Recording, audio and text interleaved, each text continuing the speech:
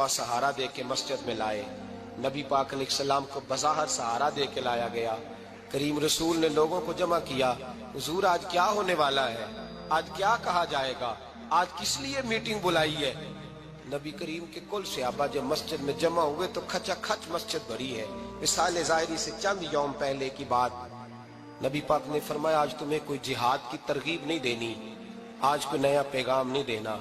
آج تمہیں بتانا ہے کہ رب نے اپنے بندے کو اختیار دیا ہے, چاہے تو دنیا میں رہے, چاہے تو اس کی بارگاہ میں حاضر ہو جائے. اس عبد نے بارگاہ ربوبیت کی طرف لوٹنے کا ارادہ کر لیا ہے. حضرت صدیق اکبر رونے لگے تو صحابہ نے کہا تمہیں کیا ہوا؟ کہنے لگے سمجھ نہیں رہے, کسی کی بات نہیں کر رہے, نبی پاک تو اپنی بات فرما رہے ہیں, اس نے جانے کا ارادہ کر لیا. سنیے میرے بھائی, محبوب پاک نے فرمایا بھائی کسی شخص کو میری طرف سے کوئی تکلیف پہنچی ہو تو بدلہ لے سکتا ہے, بدلہ لے سکتا ہے. کسی کو تکلیف پہنچی ہو. صحابہ پھوٹ کے رونے لگے. محبوبہ کرم ہی کرم ہوا ہے, رحمت ہی رحمت آئی. آپ کے بارے میں گمان کرنے والا بھی دائرہ ایمان سے نکل جائے. حضور آپ کیا فرما رہے ہیں؟ فرمایا نہیں بھائی اٹھو.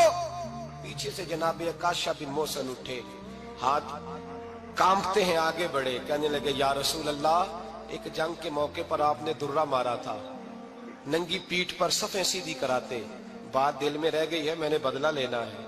نبی کریم نے فرمایا بلال دوڑ کے جاؤ, فاطمہ کے گھر درہ پڑا ہے, درہ لاؤ. سیدنا بلال حبشی کہتے میں گیا, دستک دی, سیدہ طیبہ طاہرہ حضرت فاطمہ فرمانے لگی بلال کیسے آئے ہو؟ اماں جی وہ درہ چاہیے تھا. سیدہ کو تشویش ہوئی, کہنے لگے بلال نہ تو جنگ پہ جانا ہے, نہ جہاد ہے, نہ کوئی ایسا موقع ہے, حضور کی تو طبیعت مبارک بظاہر بڑی علیل ہے, درہ کیا کریں گے؟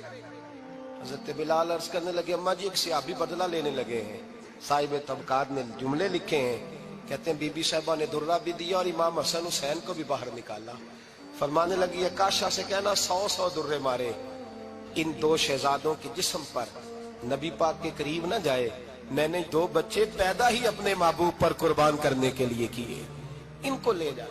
حضرت بلال کہتے میں 2 شہزادے لے کے آیا, اور جب دروازے میں میں لے کے پہنچا تو نبی پاک نے دیکھا تو آنکھوں میں آنسو آ گئے. فرمایا ان کو بٹھا دو, مجھے پتا ہے فاطمہ نے کیا کہہ کے بھیجا ہے. حضرت سیدنا بلال فرماتے ہیں درہ میں نے جناب عکاشہ کو دیا. حضرت عکاشہ درہ لے کے آگے جو بڑھے تو حضرت ابو بکر صدیق نے ان کے پیروں پہ ہاتھ رکھا. فرمایا عکاشہ میری طرف آ یار, مجھے مار درے, نبی پاک کے قریب نہ جا. مصطفیٰ کریم نے فرمایا ابو بکر تو ہٹ جا, اسے آنے دے. فرماتے میں چند قدم آگے گیا تو مولا علی شیر خدا نے میرے پیر پہ ہاتھ رکھا. کہنے لگے عکاشہ سوچ تو صحیح تو کیا کر رہا ہے؟ حضور نے فرمایا علی ہٹ جاؤ, میرا اور ان کا معاملہ ہے. جناب عکاشہ آگے بڑھ رہے.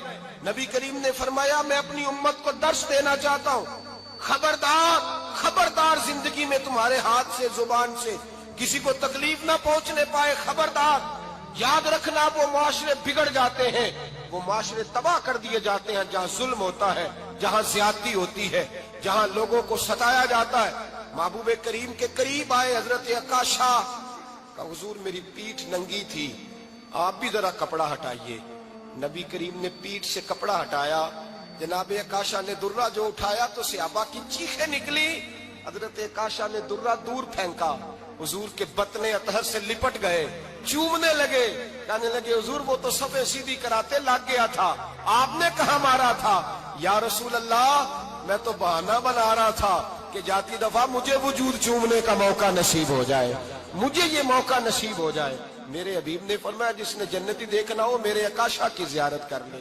بھائی ظلم کا دروازہ کھلا ہوا ہے اور لوگ بھول جاتے ہیں زیادتی کرتے ہوئے. وہ بہو سے ہی کیوں نہ کریں, وہ اپنے گھر کے بھول جاتے ہیں کہ شاید پوچھنے والا کوئی نہیں, شاید میزان نہیں لگے گا. ایران کے بادشاہ نے اپنے بیٹے کو پڑھانے کے لیے ایک استاد صاحب کا بندوبست کیا. استاد صاحب کو کہا کہ میرے بچے کو دین پڑھائیے, میں چاہتا ہوں کل اس نے انعام حکومت کو سنبھالنا ہے تو یہ دین سے آگاہ ہو جائے, اس کو کچھ سکھائیے پڑھائیے. بہت نیک بزرگ بڑے درویش عالم پڑھانے لگے, اسباق مکمل ہو گئے, دین کے اسباق قرآن مجید پڑھایا, احادیث طیبہ کا درس دیا, اصول فقہ سے روشناس کرایا. جب بچے نے مکمل تعلیم حاصل کر لی اور آمین ہو گئی, دستار ہو گئی, فارغ ہو گئے, تو پھر ایک دن استاد صاحب نے کہا بیٹے کل تم نے ضرور آنا ہے، کچھ بات کرنی ہے۔ شہزادہ گیا ملنے استاد صاحب سے، استاد صاحب نے کنڈی لگا لی، ہاتھ میں درہ پکڑ لیا، مار مار کے پورے وجود کو زخمی کر دیا، کوئی غلطی نہیں، کوئی بات نہیں، مارا۔ اب بچہ آیا آ کے بادشاہ سلامت سے کہا کہ ابا جی سمجھ نہیں آئی، بڑا مارا ہے استاد۔ تو سیانے تھے نا بادشاہ، یہاں تو قاری صاحب روز کٹہرے میں کھڑے ہوتے ہیں، مولوی صاحب آپ نے میرے بچے کو کیوں مارا ہے؟ آپ 8,000 کے مولوی ہیں، میرا کئی کروڑ کا بچہ ہے، سویرے بدل لیں گے، خبردار آپ نے بچے کو ہاتھ لگایا، اپنی حیثیت میں رہے معاذ اللہ۔ جو قومیں استادوں کو کٹہروں میں کھڑا کرتی ہیں وہ ترقی نہیں کر پاتی، جو استادوں کو کٹہروں میں روز کھڑا کرتے ہیں۔ کہا ابا جی بڑا مارا ہے، تو والد بڑے سمجھدار تھے، کہنے لگے بیٹا استاد باپ ہوتا ہے، وہ زیادتی نہیں کرتا، کوئی بات ہوگی میں تیرے استاد کو کٹہرے میں نہیں بلاؤں گا۔ اماں سے بات کی، اماں کہنے لگی بیٹا میں تیرے باپ سے کیسے بات کروں، ڈرا تھا۔ وقت گزر گیا، 22 سال بیت گئے، 22 سال گزر گئے، بادشاہ کا انتقال ہوا، شہزادہ تخت پہ بیٹھا، پہلا حکم یہ دیا کہ میرے استاد کو بلاؤ، پہلا حکم۔ استاد جی بوڑھے ہو گئے تھے، چھڑی کے اوپر ٹیک لگا کے آئے اور بھویں سفید ہو کے جھک گئی تھیں، یوں آنکھ کھول کے بڑی مشکل سے دیکھا، کہنے لگے شہزادے حکم ہو۔ کم میں شہزادہ نہیں، اب میں بادشاہ بن گیا ہوں۔ استاد جی 22 سال بیت گئے، آپ نے مارا تھا، پر وہ درد چونکہ زیادتی کی تھی، میرا قصور کوئی نہیں تھا، تو نہ میری روح سے درد گیا ہے نہ میرے جسم سے گیا ہے، میں بے اختیار تھا، پوچھ نہیں سکتا تھا، آج با اختیار ہوا ہوں۔ سب سے پہلے پہلا حکم آپ کو دیا، بلایا ہے، بتائے کیوں مارا تھا، کیوں مجھے مارا تھا، میری زیادتی بتائے۔ تو استاد، بوڑھے استاد کی آنکھیں آنسوؤں سے بھر گئی، کہنے لگے بیٹے بس آج کے دن کے لیے مارا تھا، یہ جو دن آ گیا نا میری زندگی میں اس لیے مارا تھا، یہ میں چاہتا تھا میری زندگی میں وقت ہے، آج کے بس میری مراد پوری ہو گئی۔ کہا صاحب کس لیے، مجھے بھی سمجھائے۔ آپ فرمانے لگے کتنی دیر ہو گئی تجھے مار کھائے ہوئے، کتنا زمانہ بیت گیا؟ کہنے لگا 22 سال۔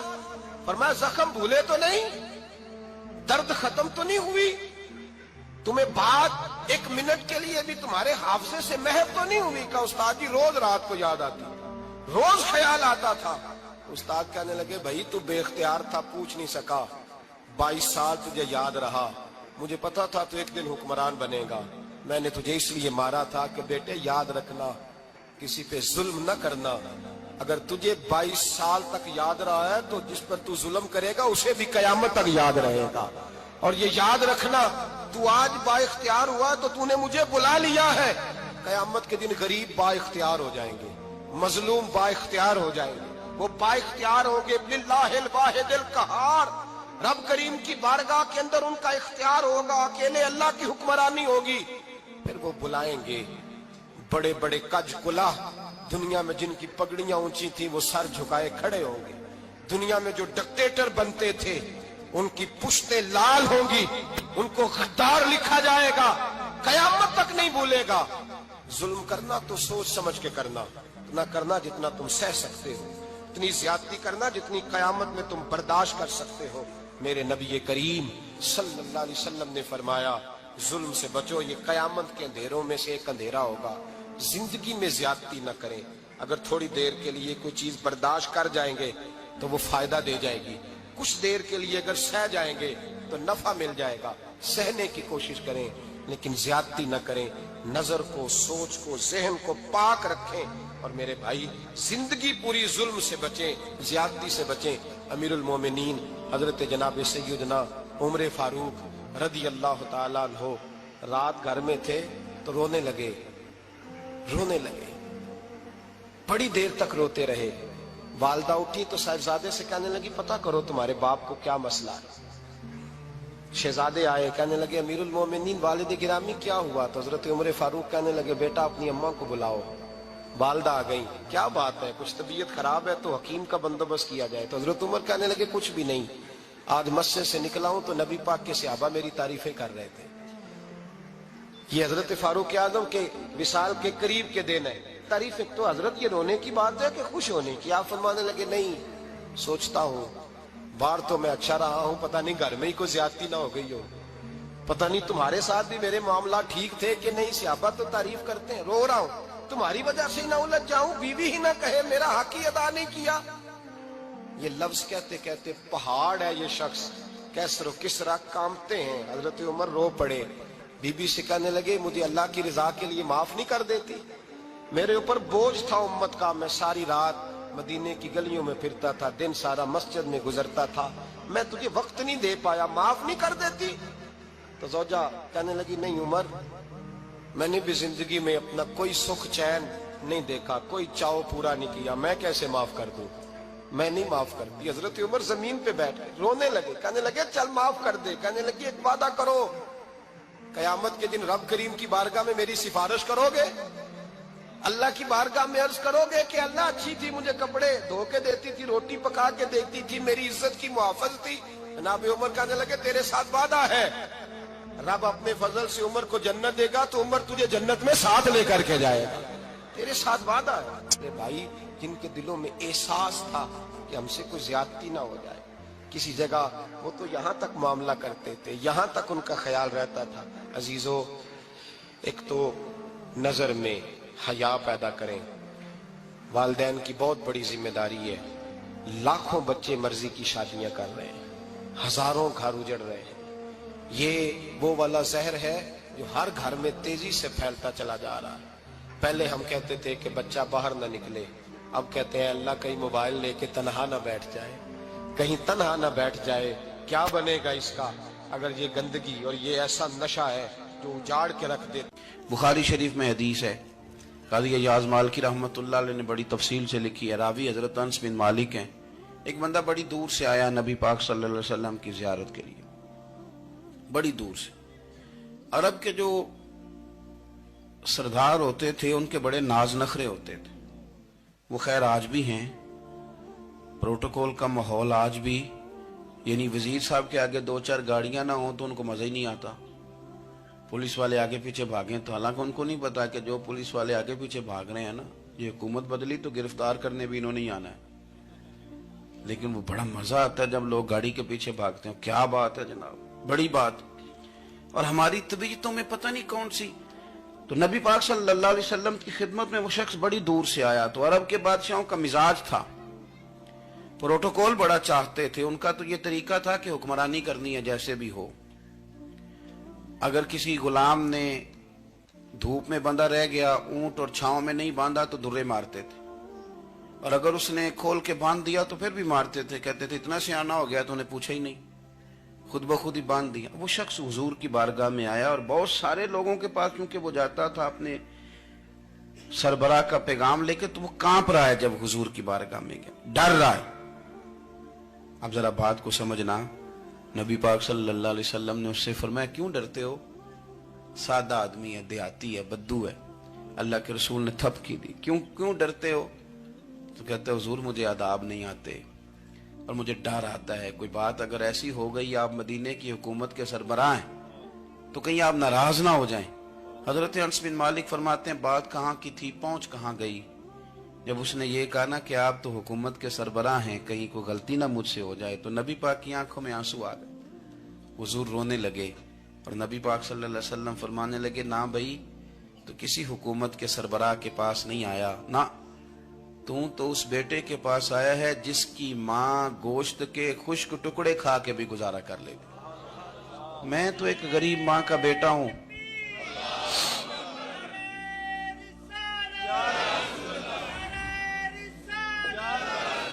بھائی اگر آپ کا یہ ذوق بن جائے, دیکھو نا آج تو لوگ بھول جاتے ہیں نا, کپڑے بدل لیتے ہیں تو وہ سمجھتے ہیں کہ شاید سارا کچھ ہی بدل گیا. یعنی گاؤں سے آ کر پڑھنے والے بھول ہی گئے ہیں کہ کس کی ماں نے کتنا زیور بیچا. لوگ بھول جاتے ہیں چیزوں کو. اپنے ماضی کو یاد رکھیں, آپ لوگوں کے ساتھ پیار کریں, آپ لوگوں کو موقع دیں, آپ تھوڑی سی اور کوشش کریں اس شخص تک جانے کی جو آپ کو مایوس نظر آ رہا ہے, پریشان نظر آ رہا ہے. یہ ہمیں میلاد والے محبوب صلی اللہ علیہ وسلم نے درس دی. ایک اور پہلو, حضور سید عالم صلی اللہ علیہ وسلم نے, ہمارے ہاں نا ابھی بھی برادری کی تقسیم ہے, ابھی بھی, اور کچھ میں نے ایسے کمزور لوگ بھی دیکھے, یہ اس طرح کی حرکتیں ہارے ہوئے لوگ کرتے ہیں. ہارے ہوئے لوگ جو اپنے آپ کو سمجھتے ہیں کہ میں کوئی بڑا آدمی ہوں. بڑا آدمی تو اپنے اخلاق سے ہوتا ہے, اپنے کردار سے ہوتا ہے, اپنی سخاوت سے ہوتا ہے, لوگوں سے پیار کرنے سے ہوتا ہے. باقی یہ کہ بیٹھ کے کہانی سنانا کہ میں بڑا کچھ کرتا ہوں, تو جو کچھ کرتا ہوتا ہے اسے سنانے کی کوئی ضرورت. ایک اور بہت سارے لوگ آپ تعزیت کرنے جائیں نا والد کے انتقال کے بعد, تو ان بیچاروں کو بتانا پڑتا ہے کہ ابا جی میرے بغیر دوائی نہیں کھاتے تھے. تو میں کہتا ہوں اگر تیرے بغیر نہیں کھاتے تھے پھر بتانے کی ضرورت نہیں, پھر تو سارے گاؤں کو پتا ہوگا کہ تیرے بغیر نہیں کھاتے تھے. اور اگر کوئی دال میں کالا ہے تو پھر تیری وضاحت کوئی بندہ قبول نہیں کرے گا. تو آپ کو بتانا کیوں پڑ رہا ہے, اور آپ بار بار اس بات کا ذکر کیوں کر رہے ہیں کہ ہم بہت بڑے قبیلے کے ہیں؟ صاحب اگر آپ بڑے قبیلے کے ہیں تو پتا ہوگا سارے علاقے کو آپ کتنا لوگوں کا خیال کرتے ہیں, آپ کس قدر محبت کرتے ہیں, آپ کا انداز کریمانہ کس طرح کا. پھر آپ کو بتانے کی کوئی ضرورت نہیں ہوتی, پھر خود بخود خبر ہوتی. حضرت سیدنا ابو ذر غفاری رضی اللہ تعالیٰ عنہ, قبیلہ بنو غفار ایک بڑی شاخ تھی قبیلوں میں سے. جو لوگ اس زمانے میں مالدار قبیلوں سے تعلق رکھتے تھے ان میں سے ایک بڑا نام تھا. ساری زندگی چودراہٹ کی, لیکن میلاد ایک انقلاب کا نام ہے. میں میلاد منانے والے دوستوں سے گزارش کرتا ہوں کہ آپ ہر سال میلاد منائیں, اور ہر سال میلاد کے بعد آپ تھوڑے بدل بھی جائیں, یعنی تھوڑے سے بدل جائیں. کچھ لوگ کہیں یار یہ داڑھی میں نے نا 12 ربیع الاول والے دن رکھی تھی, یہ میری میلاد والی داڑھی ہے. اور داڑھی رکھیں بھی نبی پاک کی مرضی کی. کس کی مرضی کی؟ نہ ناراض ہو جائے جی میں ٹور چلا بس. کس مرضی کی جی؟ اپنی مرضی کے نہیں. داڑھی کا وزن کو نہیں ہوتا کہ پوری مٹھی رکھیں گے تو آپ کو کوئی دقت ہوگی, کوئی وزن نہیں. پوری رکھیں, جو حضور کا طریقہ مبارکہ ہے جو ہمیں ملتا ہے اس پر آپ توجہ فرمائیں. تو میں جو بات عرض کرنے جا رہا ہوں وہ میلاد انقلاب ہے. حضور سید عالم صلی اللہ علیہ وسلم کی بارگاہ میں آنے سے پہلے لوگ کچھ اور ہوتے تھے, اور یہاں سے ہو کے جاتے تھے تو پھر ان میں تبدیلی آتی تھی. میں سارا دن کرامتیں سناؤں نا کسی کو اپنے پیر صاحب کی, اور اپنے گھر میں بھی کہ میرے حضرت بڑے, میرے استاد بڑے, لیکن بیوی کے ساتھ اگر میں ترش لہجے میں بات کروں گا تو وہ کہے گی ایسے سکھاندے نے تینوں پیر صاحب. دوست کہیں گے یہ سکھاتے ہیں آپ. تو آپ کی کہانیاں نہیں چلتی, آپ کا کردار چلتا ہے. حضرت ابو ذر غفاری رضی اللہ تعالیٰ عنہ فرماتے ہیں چونکہ میں چودھری تھا, سیدنا بلال حبشی رضی اللہ تعالیٰ عنہ کے پاس میں بیٹھا تھا. کسی بات میں بات آگے بڑھی اور بڑھتے بڑھتے بات شکنجی تک چلی گئی. رائے کے اختلاف نے باتوں میں تلخی پیدا کر دی, اور جب تھوڑے لفظ اور تیز ہوئے تو میں نے انہیں کہہ دیا چپ کر, تو ابشن کا بیٹا ہے. کس کے بیٹے تھے حضرت بلال؟ کہتے ہیں جب انہوں نے مجھے کہا تو میرا دل بڑا ٹوٹا, لیکن میں نے ارادہ کیا کہ میں نے حضور کی بارگاہ میں نہیں عرض کرنی. اب ہر بات کی ہم حضور کی بارگاہ میں شکایت کریں. لیکن میں جا کے مسجد میں بیٹھا, اور جب سرکار آئے نا, ارادہ نہیں تھا کہ عرض کروں گا, لیکن حضور کا چہرہ دیکھا تو دکھ میرا خود ہی تازہ ہو گیا. رونے کا بھی تو تب ہی مزہ آتا ہے نا کوئی اپنا ملے تو. فرماتے ہیں کہ میرے آنسو نہ بغیر اختیار کے چھلک پڑے, اور میں کھل کے روئے, کھل کے. قربان جاؤں محبوب کے بھی حضور نے پاس نہیں بلایا, بلکہ نبی پاک اٹھ کے خود میرے پاس آئے اور مجھے کندھوں سے پکڑ کے سینے سے لگایا, اور جب میں کھل کے رو لیا تو حضور میرے آنسو پوچھنے لگے. کچھ شعر ایسے ہوتے ہیں جو کسی نے کہے ہوتے ہیں, اور کہنے والا جو ہوتا ہے وہ صاحب حال ہوتا ہے, تو اس میں کچھ خوبصورتی زیادہ ہی ہو جاتی ہے. ایک پنجابی کے شاعر ہمارے گجرات میں گزرے, بزرگ تھے, ان کا ایک شعر ہے, وہ کہتے ہیں ایک واری میری آنکھیاں چوں اونا نے اتھرو پونجے سن. ایک واری میری آنکھیاں چوں اونا نے اتھرو پونجے سن, ہن تے چسکا پہ گیا رونے دا. ایک واری میری آنکھیاں چوں اونا نے اتھرو پونجے سن, ہن تے چسکا پہ گیا رونے دا, تے ہر ویلے آہو زاری دا. تو میں روز رونے لگا ہوں, مزہ ہی بڑا آیا ہے جب سے محبوب نے چپ کرانا شروع کیا میرے عزیز. اور پھر حضرت بلال حبشی رضی اللہ تعالیٰ عنہ چونکہ حضور کے غلام تھے, اور انہیں پتا تھا کہ سرکار میری ناز برداری کرتے ہیں, حضور نے چپ کرایا. فرمایا کیوں روتے ہو؟ تو عرض کرنے لگے یا رسول اللہ صلی اللہ علیہ وسلم, اگر میں ابشن کا بیٹا ہوں تو میری تو غلطی کوئی نہیں نا, یہ تو تقسیم اللہ کی ہے نا. الذی خلقک فسواک فعدلک فی ای صورت ما شاء رکبک. جس طرح وہ چاہتا ہے, جس کو چاہتا ہے اس طرح کی اس کی صورت بنا دیتا ہے. تو مجھے ابشن کا بیٹا کہا جاتا ہے، میری غلطی کیا ہے؟ حضرت بلال نے بھی نہیں بتایا کس نے کہا ہے، لیکن نبی پاک صلی اللہ علیہ وسلم نے کیا فرمایا؟ امام یوسف صالحی نے لکھا ہے، ذرا غور کرنا بات پر، تسلیاں لوگ اور رنگ میں بھی دیتے ہیں، پر یہ تسلی بڑی انوکھی ہے۔ حضور فرمانے لگے، بلال اگر تو ابشن کا بیٹا ہے تو پریشان کیوں ہوتا ہے؟ کالے رنگ والی ماں کا بیٹا ہے تو پریشان کیوں ہوتا ہے اگر تیری والدہ کا رنگ کالا ہے تو؟ عرض کی، حضور آپ کیا فرمانا چاہتے ہیں؟ تو سرکار فرمانے لگے، میں دو ماؤں کا بیٹا ہوں، ایک جناب آمنہ جنہوں نے مجھے پیدا کیا، اور ایک حضرت ام ایمن جنہوں نے میری پرورش کی، مجھے بڑا کیا۔ حضور فرمانے لگے، میری ماں آمنہ کا رنگ گورا تھا اور میری ماں ام ایمن کا رنگ کالا ہے۔ تو فرمایا، اگر تجھے کسی نے کالے رنگ والی ماں کا بیٹا کہا تو اسے کہہ دینا مدینے والے محبوب کے بھی تو ایک والدہ کا رنگ کالا ہے، تو کہہ دینا۔ حضرت بلال کہتے ہیں کہ وہ اس طرح کی تسلی تھی، طفل تسلیاں نہیں جس طرح کی ہمیں دی جاتی، وہ اس طرح کی خوبصورت تسلی تھی کہ اس کے بعد میرا دل ایسا ٹھنڈا ہوا، پھر کسی کا تانا نہیں رہا، پھر کسی کی